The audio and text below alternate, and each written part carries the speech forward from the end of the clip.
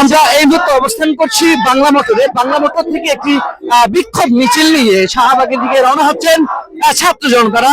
আপনারা দেখছেন এই মুহূর্তে তারা একটি বিপ্লবী সরকার গঠনের জন্য স্লোগান দিয়ে এটি এই মুহূর্তে বাংলা মোটর হয়ে শাহবাগে যাচ্ছে। আমরা জেনেছি এটা একবার শাহবাগ থেকে বিক্ষোভ মিছিল নিয়ে বাংলা মোটর এসেছে, আবার ঘুরে শাহবাগের দিকে রওনা হচ্ছে। তারা জানিয়েছে আমাদেরকে যে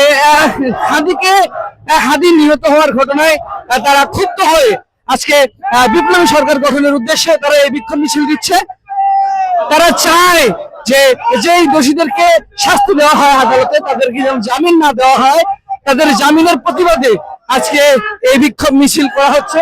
আপনারা দেখছেন এই মুহূর্তে উত্তাল রয়েছে রাজপথ। আপনারা এই মুহূর্তে দেখছেন আমার সামনে বিক্ষুব্ধ ছাত্র জনতারা বিক্ষোভ মিছিল নিয়ে শাহবাগের উদ্দেশ্যে রওনা হচ্ছেন।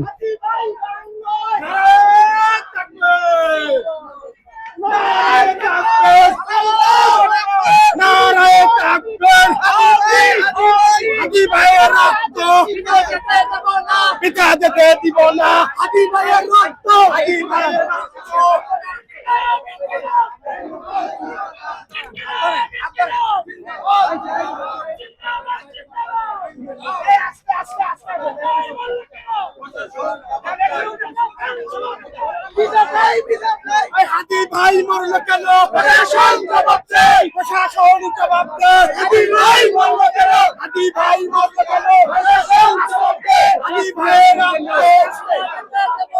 হাদি ভাইয়ের রক্ত বিনাতে দেব না। ওই সংগ্রাম না